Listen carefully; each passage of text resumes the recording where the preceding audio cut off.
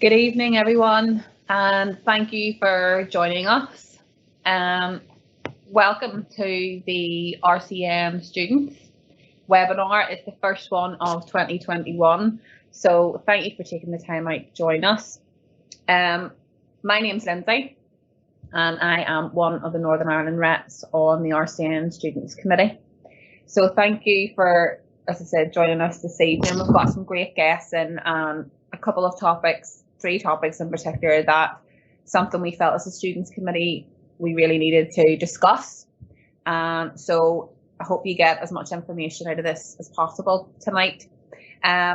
Just to run through a few things, the format of the webinar, we have 6 lovely guest speakers on tonight, 2 talking about each different topic, giving their honest experiences and offering some amazing advice. So do listen and do take notes.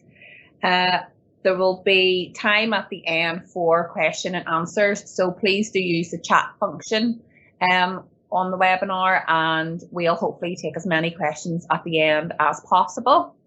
We do have someone moderating that, so anything that we don't get to tonight, we will try and pop it into the FAQs on the RCM website. So what is the topic about tonight? So becoming a nurse through the pandemic, something as a Students Committee, obviously a lot of us students, and there's so much has been going on over the last year through this pandemic. It's been so hard for all the students and newly qualified nurses too. So there's stuff that has been coming up that we thought, right, well, let's get out there, let's listen to the students, and then let's talk about it and see if we can answer some of your questions in the one place. So yeah, hopefully, as I said, we'll be able to help you with some support and signpost you to some resources tonight. Yeah, so I'm gonna kick it off really and go straight to our first topic because we've only got an hour, so we've lots to get in. So tonight our first guests are Craig Davidson, who is an RCN, newly qualified nurse working in infectious diseases and co-creator of Retaining the Passion podcast. If you have not heard it, you are missing out. It's so informative. And then we have the lovely Catherine McLaughlin from Northern Ireland. Woohoo! Big shout out to NI. Who's also a newly qualified nurse. She is a vascular nurse and also the newly qualified nurse curator. So I'm basically just going to hand over to them. Craig, if you want to go first, short introduction, and yeah, just tell us what it's been like qualifying through the pandemic. What's your experience been? Hi.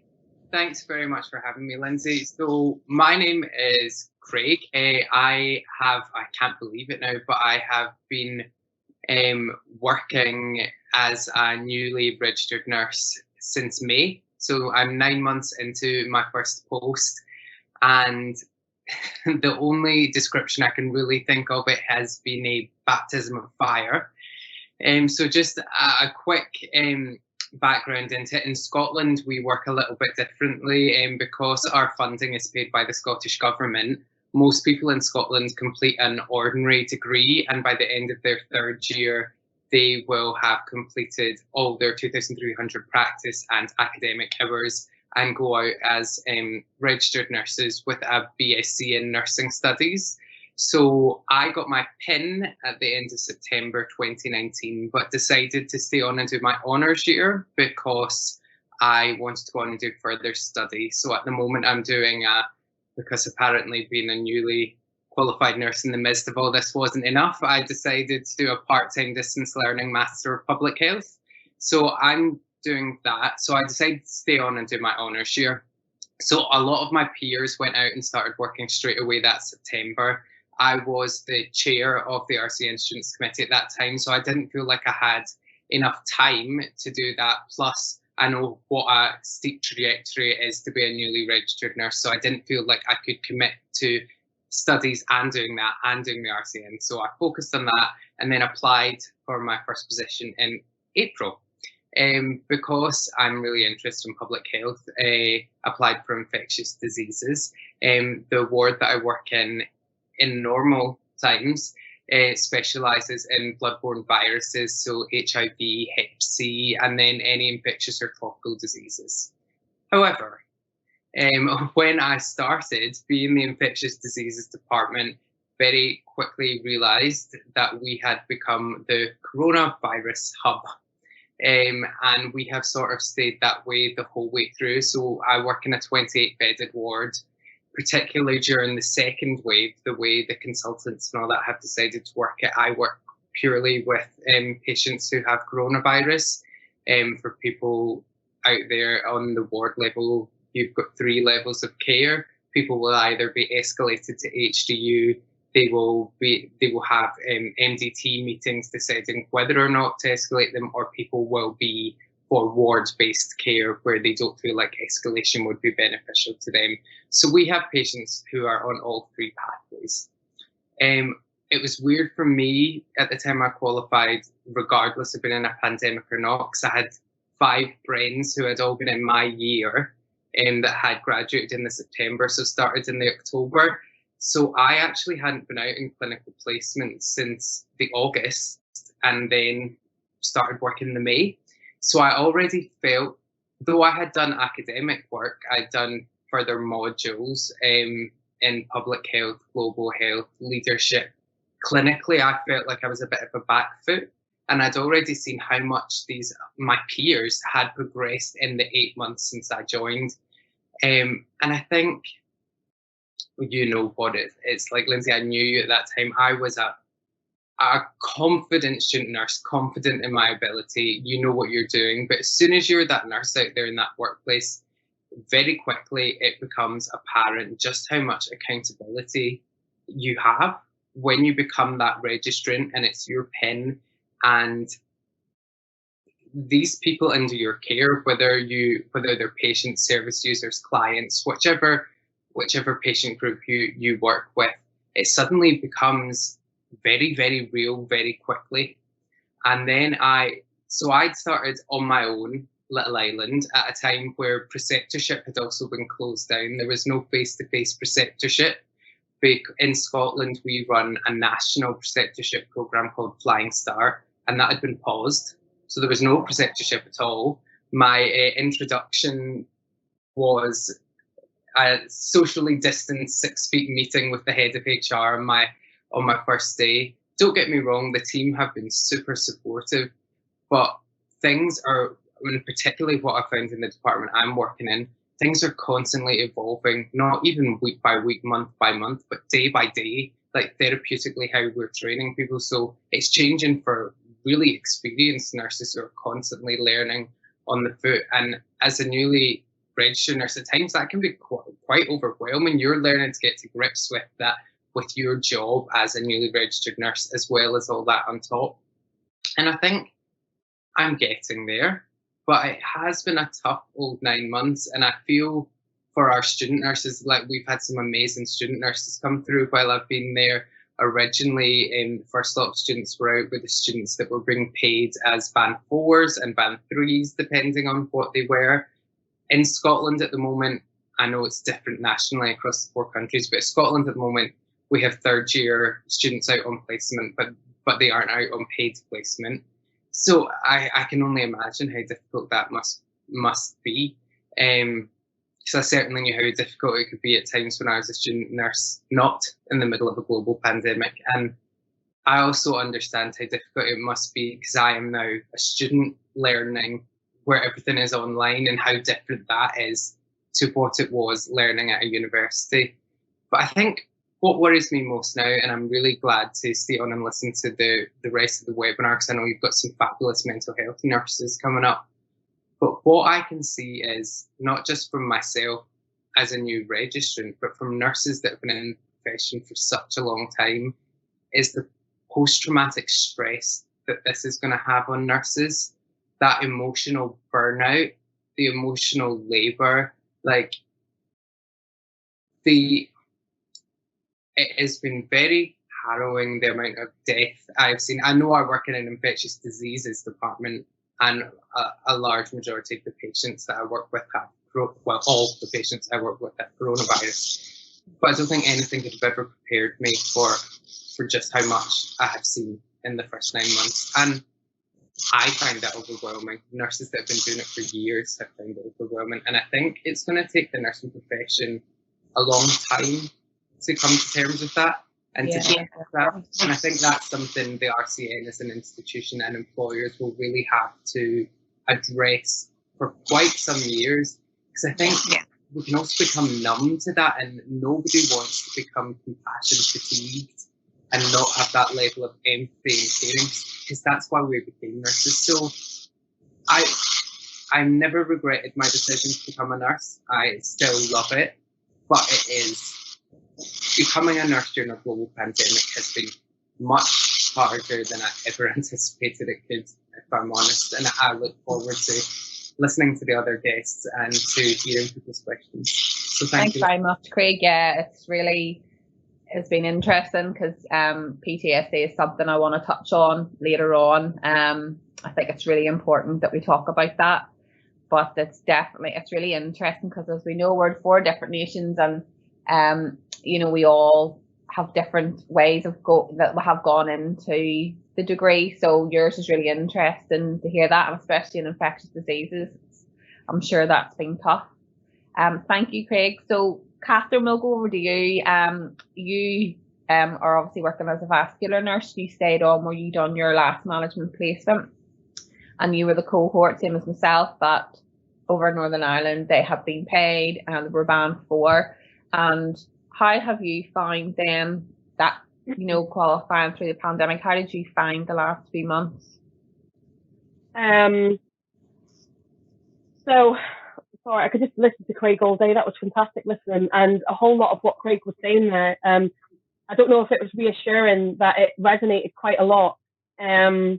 So as Lindsay said there, our cohort, we were one of the first cohorts asked to join the workforce and to meet the challenges of what COVID was presenting. So in the beginning, there was a lot of discussion, communication and negotiations to facilitate our learning objectives to be met and especially to be protected.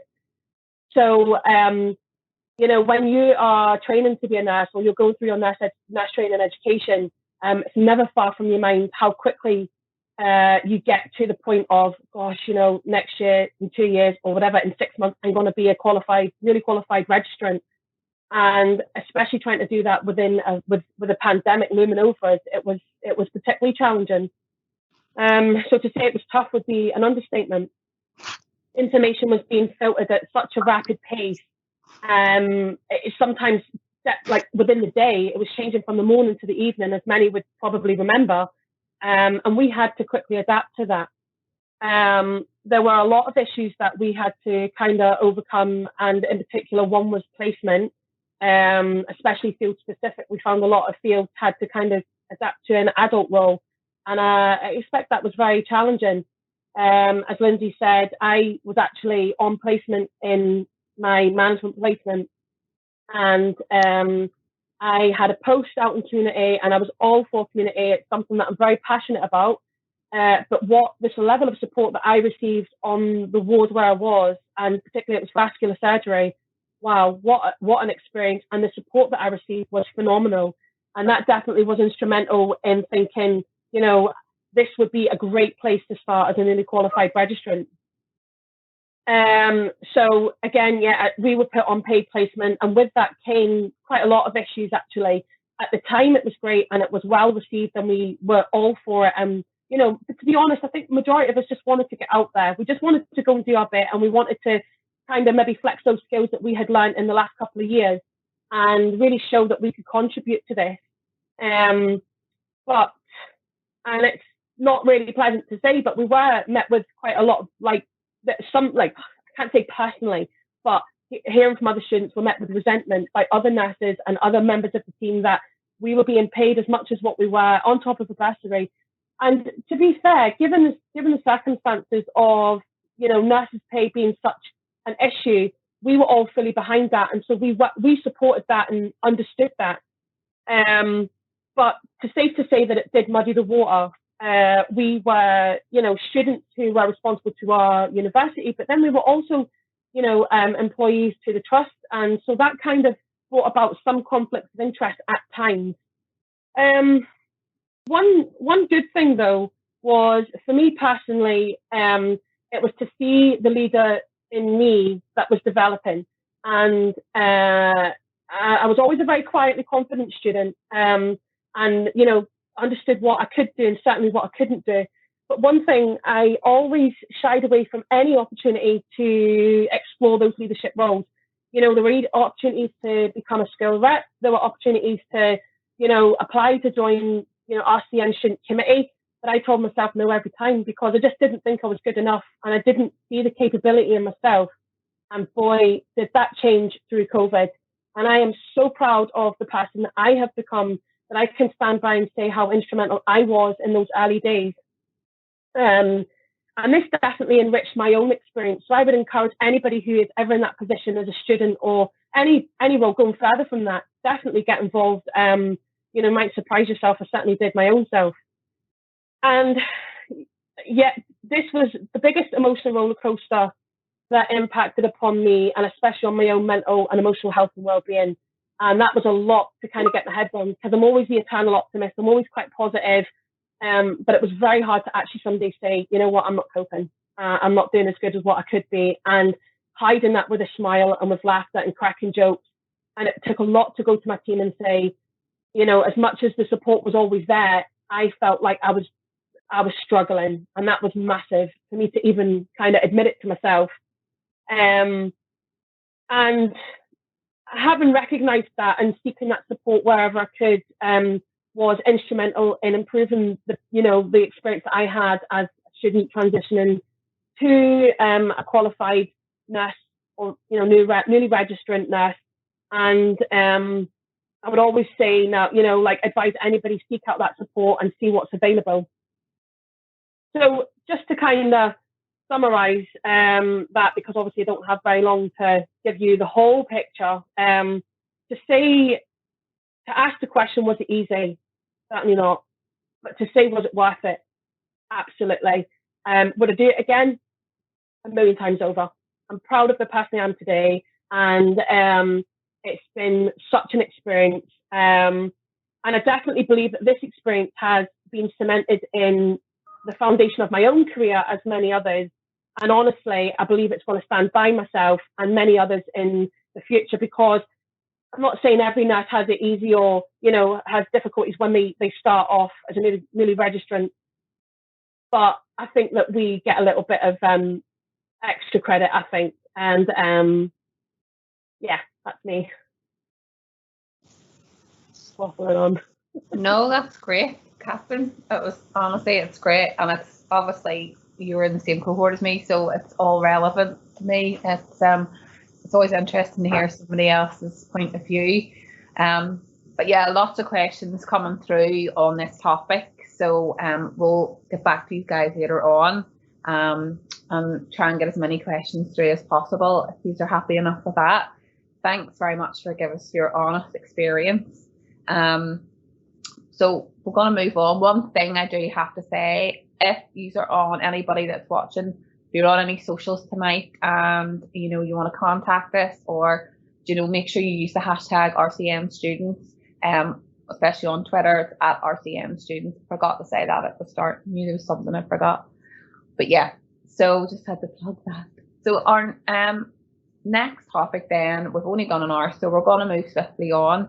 We're going to talk about the stigma around deferring. So I know it comes up all the time as a committee, as a topic. We're constantly getting students sort of coming in, messaging us about deferring, asking advice. So we have two speakers coming to join us tonight to talk about it.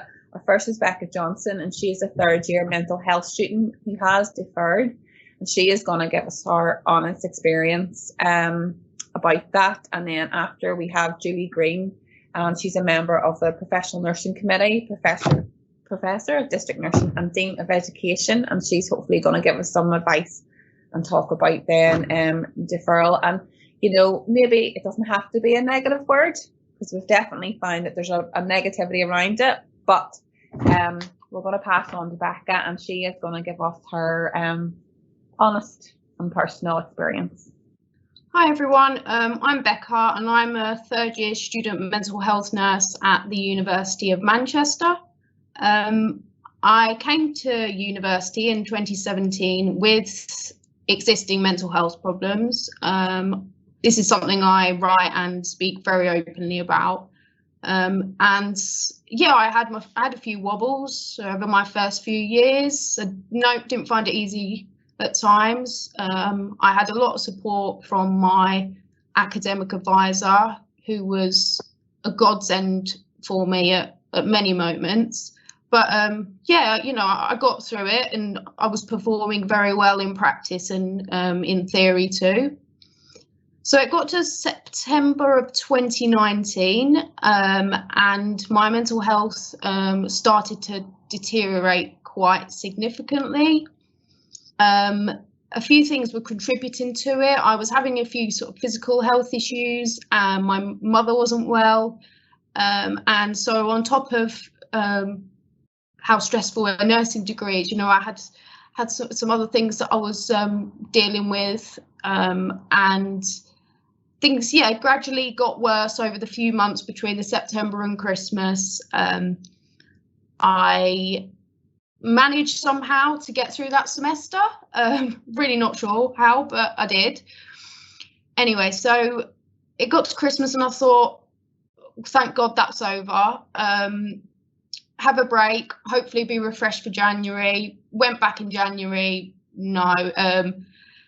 So the first thing I did when I came back to university in January was arrange a meeting with my academic advisor. I spoke to her about how I was, what my feelings were, and that, you know, I was potentially considering deferring interrupting my studies as an option, which actually took quite a lot of guts to do. And we sort of had a discussion about the pros and cons, what it would mean. Anyway, long story short, you know, I decided that I needed to defer interrupt. There was just not going to be any way I was going to get through the semester with my mental health the way it was at the time. Yeah, talking about stigma, when I first made that decision, I felt so ashamed of myself. I remember signing the paperwork that said, you know, you're interrupting your studies, confirming it. And I just remember writing it and just feeling like a huge failure, like I'd let myself down, my parents, my university lecturers. I felt horrendous. And then I was angry as well, you know, and I was blaming myself. I thought, this is my fault, you know, I didn't look after myself well enough. I could have prevented this. And then after that, I think I started to feel quite relieved at my decision. I started to feel a bit of guilt as well, because all my friends were then, so this was sort of beginning of 2020, so just before the pandemic, and then because I was in my third year, all my friends were then obviously going out into deployment to finish their degree, and I guess I felt guilty that I wasn't playing my part in the pandemic like all my friends were, so that made me feel pretty worthless, pretty rubbish.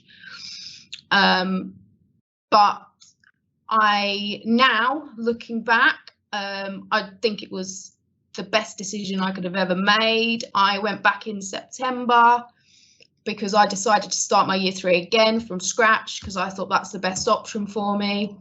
Gone back to uni, you know, full of, you know, a lot more energy, a lot more enthusiasm. And of course, you know, I've had to go back to university, you know, in the middle of a pandemic, and that's been pretty tough. It wasn't exactly a nice sort of gently ease you into the back into the program. It was, yeah, it's been full on. But yeah, all I really want, well, I want to just give a bit of support advice, because you know, and as Lindsay said, you know, there is often a lot of stigma about students interrupting, and I'm sure students can perhaps relate to those feelings that I described. But you know, looking back, I'm so pleased I did it. And for any students perhaps considering it, I think you have to remember that, you know, your education is 3 years. You qualified for a long time. Your education's important. And if you feel like in the current circumstances you can't, you know, engage with your education, then maybe it is time for a break. There's no shame in it. I feel very proud of myself for making that decision, taking the responsibility and holding my hands up and saying, look, I'm not coping, I'm not well, let's have a break, I can come back. And I would, you know, and I would encourage you to go and talk to the support that you have at university, you know, have discussion with them about it. It's not a decision that you have to make on your own. Yeah, that's all I'm going to say. Thank you so much, Becca. It's really brave to come out and be honest and tell your story.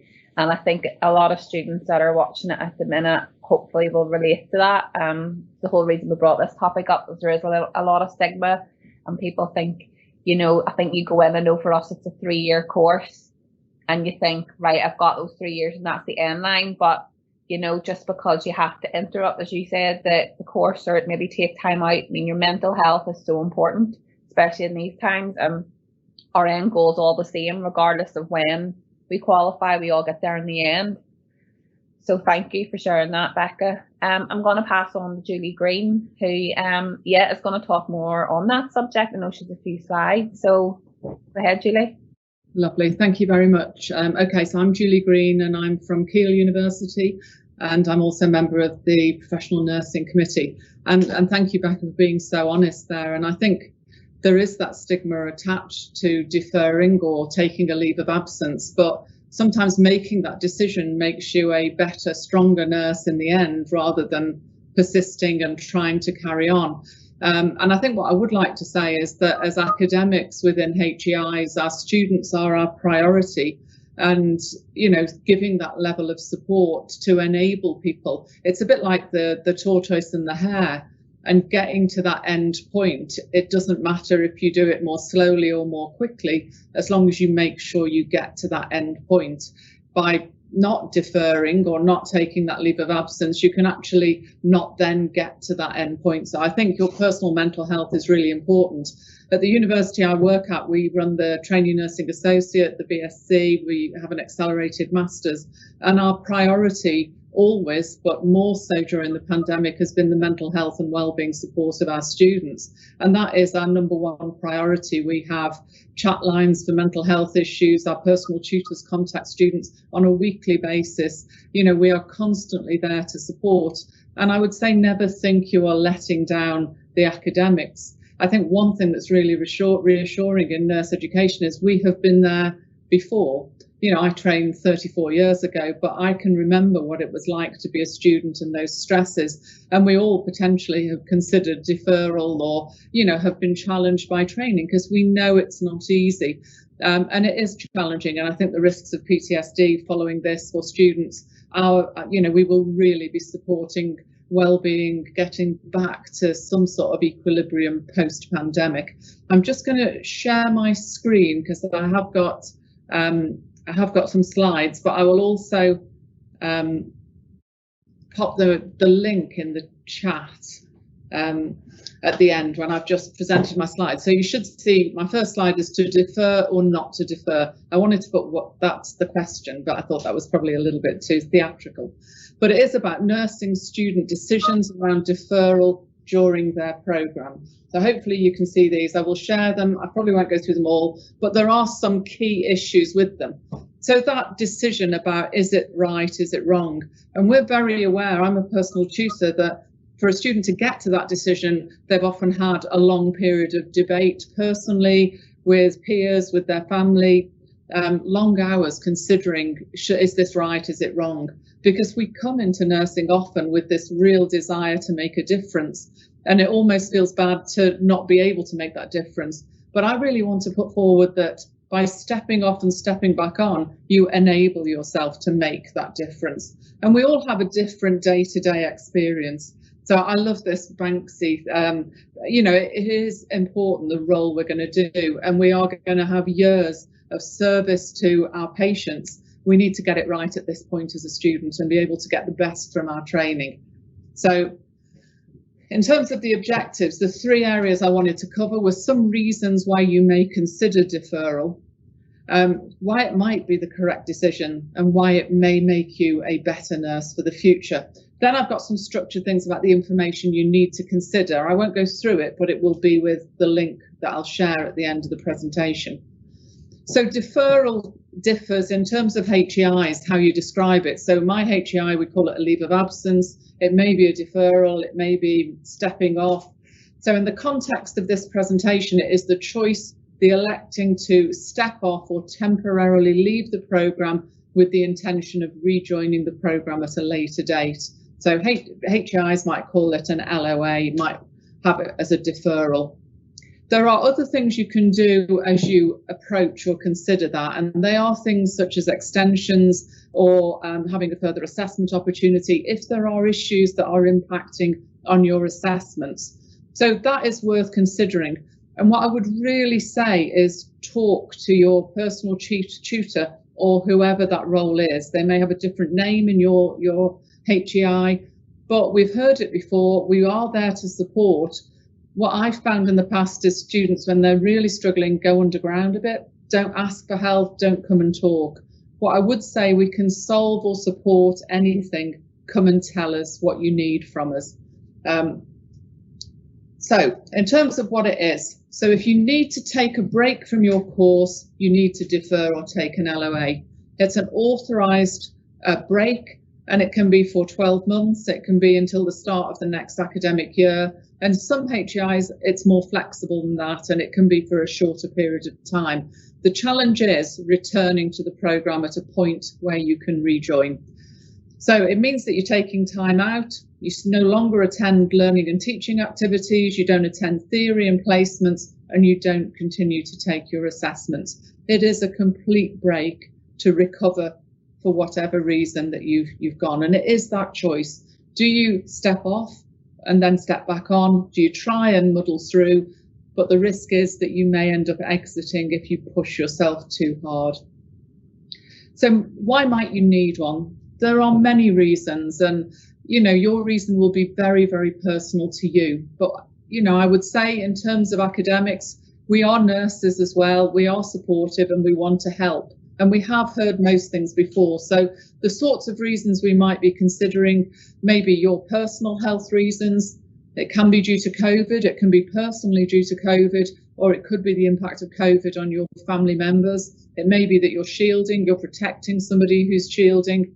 It may be maternity leave, personal reasons. It may be domestic problems as a result of bereavement, or due to financial issues. There's a full range, and yours would be very, very personal. One thing at my HEI that we've done is to relax the evidence we need for people to need extensions and LOAs, because just bearing in mind the impact of COVID, but also the impact of COVID on systems of getting sick notes and things.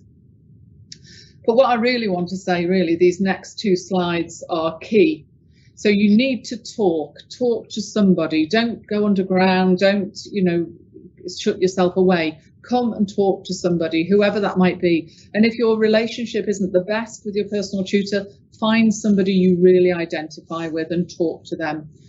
They will be able to advise you of when to do it, when is best in your programme. If you need to go immediately, that can be arranged. But if you can wait till a natural end, so Becca was saying it was the end of a semester, it's easier then to rejoin. And they can then direct you to the documentation. But why might that be in your best interest? And I've just got 2 slides on this. So a student who makes the decision conveys they are managing their situation. And I think that's really important. It's not seen as a failing. It's seen as you making a positive decision to manage your circumstances. So sometimes when people are struggling on, they pose a risk to patient safety or themselves personally, that risk of becoming more unwell or situations getting worse. And that actually highlights that you have a lack of insight or understanding. So actually choosing to take that LOA for self-care and to build your resilience actually links to the code and expectations that you are responsible for ensuring your own health and well-being and that of your patients. So it's really important. It's a step to saying, I've got this. I need to look after myself, then I can look after others. So this final paragraph, people always have choices. Never feel that you haven't got a choice. And translated to student deferral, it means that you're actively managing your situation and you are being autonomous. And that's a positive, not a negative. You risk choosing to slip into a downward spiral if you don't do something about it. I'm going to stop sharing there, but I will share the link because it's got a little bit about what you might do, what information you might need if you do need to take that step. So I'll share that in this chat. So if that can be shared with students, that would be great. Yeah, definitely. If you pop it in the chat and we can get it out online and get the socials, and a lot of support coming in for Becca. So I hope you're seeing them comments because they've been absolutely amazing. And she said, Julie, like, you can't pour from an empty cup, so we need to look after ourselves. So I am conscious of time, so I'm gonna move swiftly on then to our last topic, which a lot of questions I know have been coming in the questions and answers chat box for about dealing with your mental health in this pandemic. So we have Dean McShane and we have Ellie Gordon. Sorry, I was going to call it Ellie Goulding. Ellie Gordon is going to come on and talk. So Dean is a mental health nurse and a senior lecturer at Liverpool John Moore University. So I'm going to hand it straight over to you. Good evening, everyone. Thanks very much for having me. When I got the request to come and talk tonight, I'd actually that day been reading through the Health Education report, Health Education England report, for the impact of COVID-19 on students, and 14,000 students had completed this survey. And the reasons that they highlighted for big concerns that students were having during this related to things that we've just spoken about, stress, being overwhelmed, lack of HEI support, some academic concerns, but the two overriding ones were the high rates of stress and being overwhelmed by the situation, really. So it kind of made me think about the things that, you know, as a mental health practitioner, the things that I've sort of built as tools for dealing with trauma and situations and witnessing things like that. And I suppose in the world of mental health and counselling and psychotherapy, we're very good at supervisions and always talking about and having debriefs, which we know in certain areas of sort of other areas of nursing and allied health, that's not as strong, really. And it's something that, you know, I'd advise and get you to think about why it's not in use as much in your clinical area.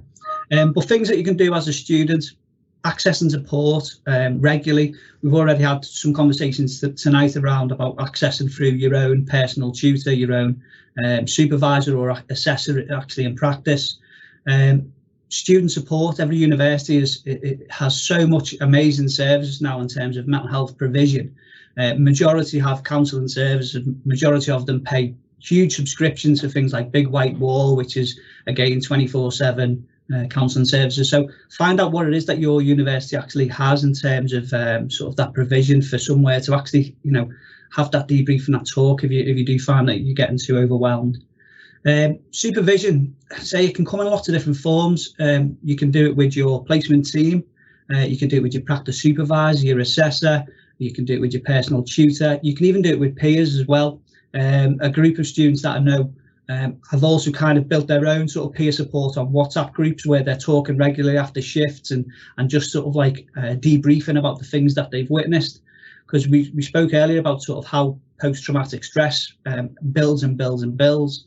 And it's like basically like the brain, every time you witness trauma, it's like a little scar on the brain.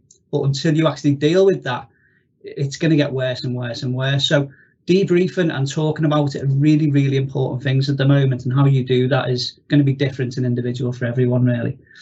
One of the good things that I sort of brought into my own practice was the NHS going home checklist. So when I used to have a really bad day, I would go home and I'd find it really hard to switch off, and I'd relive these moments over and over in my head. I'd worry about patients, I'd worry whether I'd done the right thing. But if you get used to what the NHS going home checklist does, it gets you to reflect on your day, it gets you to talk, which again, it's time to talk day to day, so I can't reiterate enough, we need to talk. It gets you to check in with fellow colleagues, and then it gets you to switch your attention to home, which is the most important thing, isn't it? You need to just leave that, what you've seen in that sort of work environment there, and you need to be able to have that sort of normal life when you actually switch your attention back to home. And this is a process. and it's something that will take time for a lot of people, and you'll have to build it into your everyday practice. So get used to knowing what that NHS Going Home checklist is. It's readily available. And then the important thing, the resting and the recharging. You know, we're not machines. One of the best advice ever given to me was, if you don't look after your own well-being, you can't care for other people. And that's so important. So when you are going home, do the things that, you know, do help you relax. Taking the mindfulness meditation, whatever it is that you're actually doing to bring your stress levels down and your anxiety. One of the interesting reports that I read last year as well by the Student Union was about the amount of students who prefer to access support externally compared to internal, so, you know, through university. So again, have a look at what's available locally to you. Don't forget the RCN, your own branch, will provide levels of support for you, whether that's building that sort of nurse community with fellow students. So again, you can have these conversations and you can support each other. And then have a look at sort of external support if you feel that you need it as well. So I always sing praises about the Hub of Hope app. Download it on your phone, because again, there's lots of really good resources on there locally that you can tap into as well. But the main thing that I think, if you take anything from this today, is talk and talk. You know, talk to each other, talk to supervisors, talk to your personal tutors, talk to assessors. Anything that you're sort of ruminating on, get it out, and you need to sort of go through that process of debrief and supervision with that. That was under time thing. You got so much information there. It was great. It was so good. Yeah, we'll hopefully maybe try and get a link to that NHS Going Home checklist, because I know there was a question came up there in the chat, basically asking about how to de-stress after a day. So if I could try and get that, and we'll pop it up, and hopefully somebody can make avail of that. Popping straight over then to Ellie Gordon. Anything you want to add on that? Any tips, advice, or something you want to add on to the health and well-being, the mental health, dealing with your mental health? Yeah, I suppose, so just put me in context. I'm Ellie Gordon. I'm chair of the Royal College of Nursing Mental Health Forum. So I suppose to start off a little bit contentious, because I'm a mental health nurse, so why not? I have to say, I really struggle with the term mental health and well-being. And certainly if I'm thinking about my own mental health, I just think, it doesn't actually mean anything.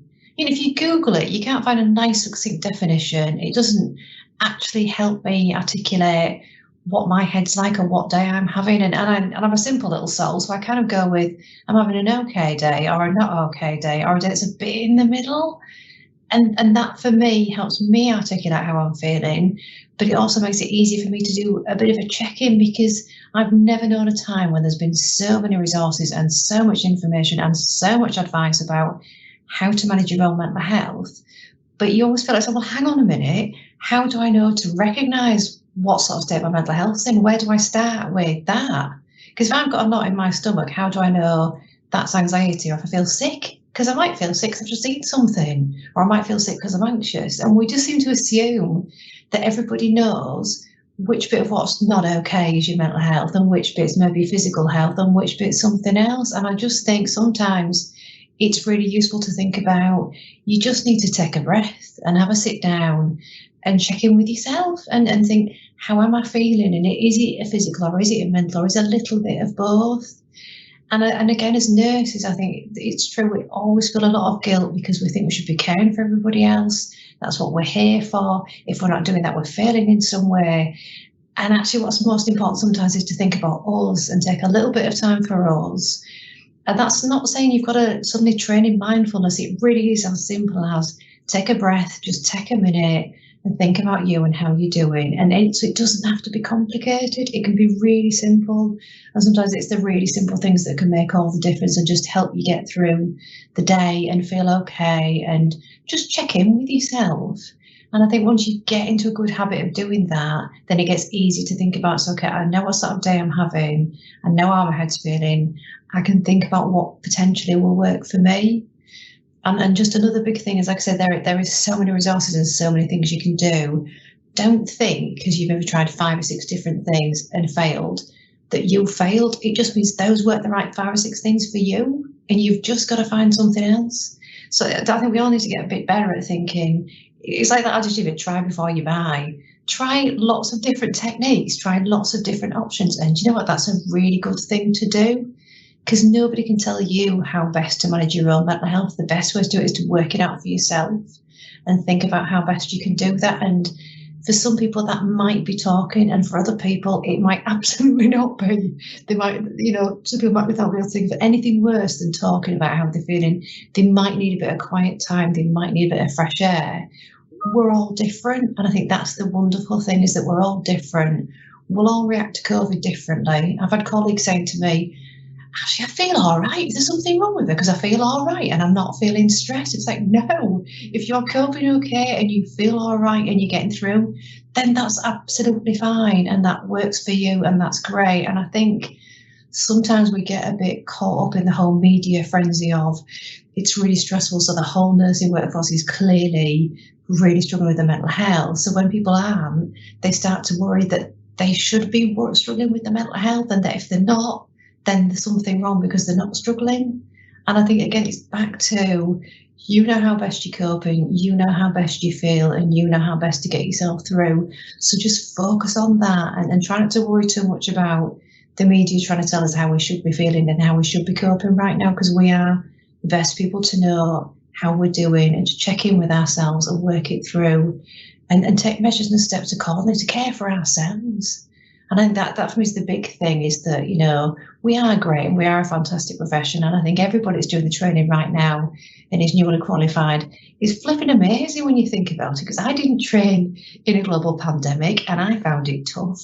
I can only imagine how tough it is in the midst of this, and whether you're on with your training, on placement, or you're deferring, good on you. It is brilliant that you're still keeping going and you're still doing your nursing, and that's something I'm really, really proud of. And you might not think it right now, and it might take you 6 or 12 months down the line to realise it, but you are amazing. Be proud of what you're doing and just keep clinging on to that. Yes. Oh, amazing. I really wish I had asked for a 2-hour slot for a webinar now, because I do think we could talk on these subjects all night. I know I have. So there is questions that we do have, and it's going to be quick fire because I am conscious of the time. So Catherine and Craig, going to go back to you. And has there been any good experiences you feel you have got from the pandemic learning environment? So Craig, quickly, let's go to you.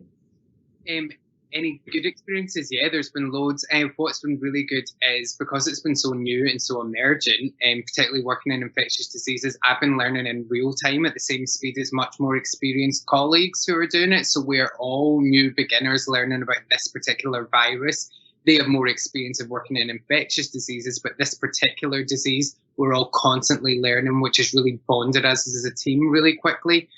I'm going to fire it in, I'll be like 15 seconds, but I saw one person commented saying, is there anything I could do differently? And my advice to students would be, I had this idea that when I qualified, I had to be this perfect presented, newly registered nurse. What I would do is ask for help.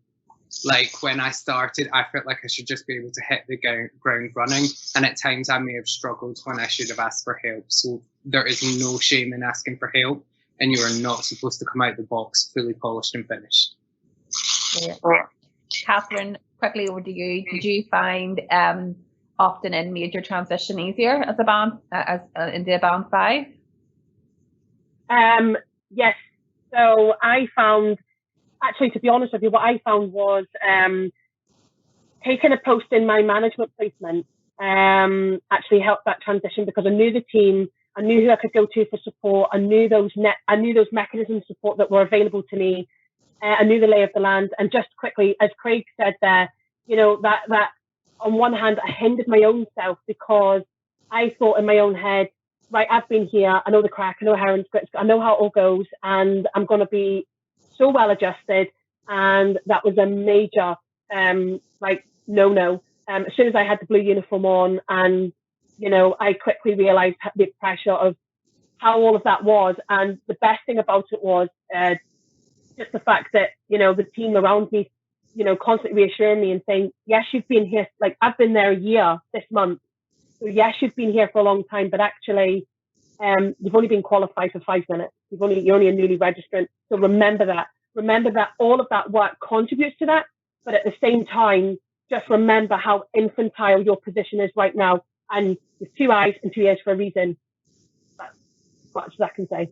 Thank you, guys. Thank you so much. I know we're squeezing as much in as possible. We're going to jump back to Becca then, who spoke then about the deferring topic. Becca, if you were talking to yourself then as you are now, would you recommend to yourself to defer? Oh yeah, 100%. Yeah, no, completely. You know, I look back now and I think, why was it such an issue for you? And I guess it comes back to that whole stigma. I mean, I'm a hugely self-critical person as it is, so that obviously played into it. But I think I did feel, you know, I don't think that pressure was really there, but I did almost feel like there was this, you know, pressure to try and keep going. And I think that may have also stemmed a bit from sometimes the attitude nurses can just have in general, this idea that, oh, well, you know, you go into nursing, it's, you know, busy and stressful and chaotic, you know, and you need to cope.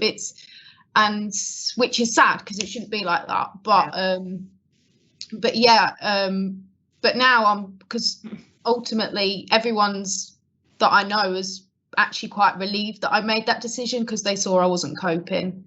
So now if I look back at that person that I was then, you know, if I could tell them anything, just, you know, come on, Becca, it's going to be the right decision. You know, you're not going to be helping anyone with how you are at the moment. Yeah. Well, I think if any of the comments are to go by, that everybody is so supportive and it's been great to hear it. So thank you so much for that.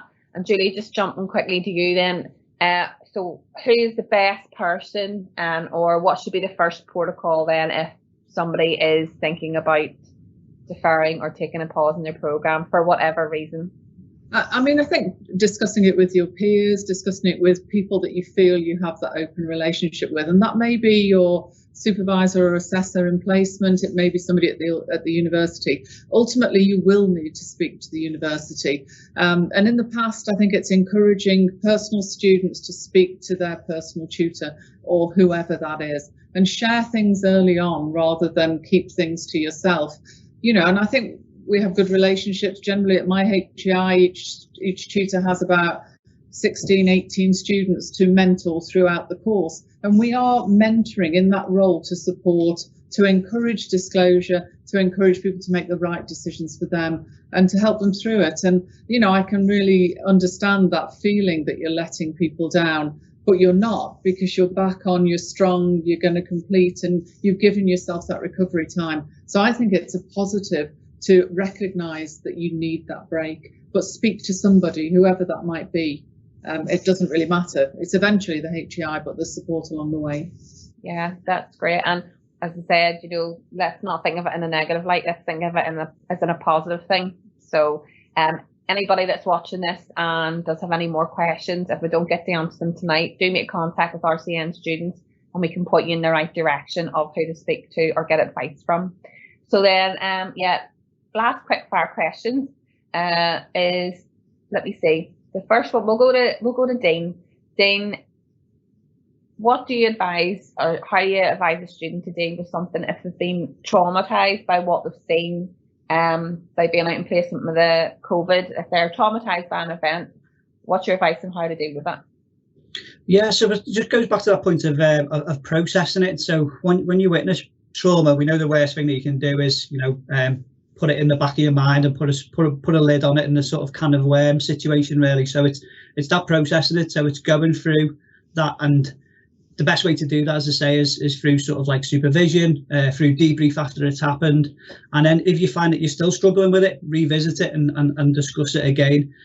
These are terms that we tend to use throughout mental health for counselling, and they're no different for what people are doing at the moment in these traumatic times. So if you find that you're not getting that sort of debrief and that supervision within your area because it's not something that you've done, before COVID, these are the questions that we need to start asking as to why, because it needs to be brought in, and it needs to be brought in now, to be honest. Yeah, definitely.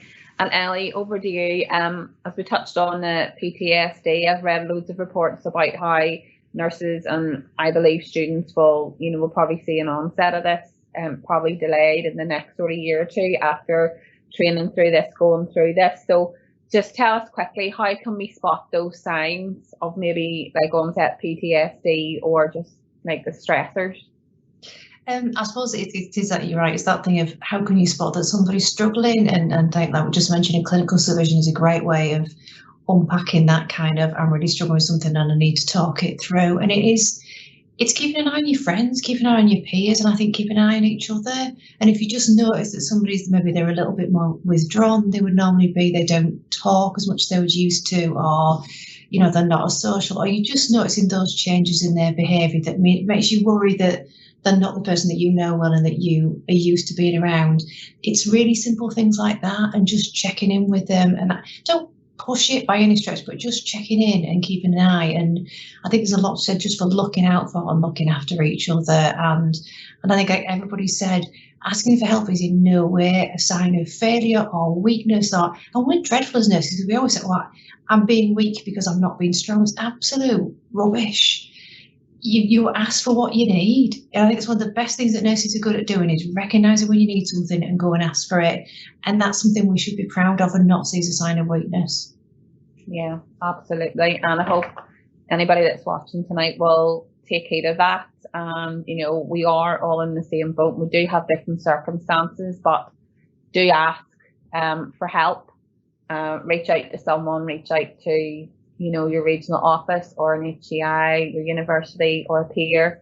Do ask for help. So yeah, I know that's quite a lot of information that's been thrown into 1 hour. I'm asking for 2 hours next time, but those topics, I just think we've just sort of touched on them. But yeah, it's time to close up, and I just want to take time to thank everybody, 1 for watching, and for 2 guests for coming on, taking the time out of your night. I know you are all extremely busy and you've a lot to do, and then you have me torturing you to come on this. But I think, I mean, if it helps 1 person tonight with what's been, you know, said, then, you know, we've done our job, and hopefully there's been a lot more than 1 person. Anybody who didn't get to watch this, there will be a recording of the webinar. If you missed something, want to pick it up, it will be online in the next few days. Links will be put up on socials. Do contact us at RCN students. You forgot that there. And for any information, you can go to the RCN website, rcn.org.uk. And I forgot to plug, Craig, earlier on, that the RCN newly registered nurses do have a support network for anybody that has who is joining. I'm also going to plug that Northern Ireland, any Northern Ireland viewers, we're having a regional webinar on the 11th of March, so feel free to join us. As I said, in the 4 nations, we all do things differently. So if you didn't get an answer to something today, if you're in Wales and Scotland, feel free to contact your regional office or your committee member. But yeah, just want to thank everybody. Thanks to everybody behind the scenes that made this possible. And I've really enjoyed it. So, and thanks for watching us. And good night.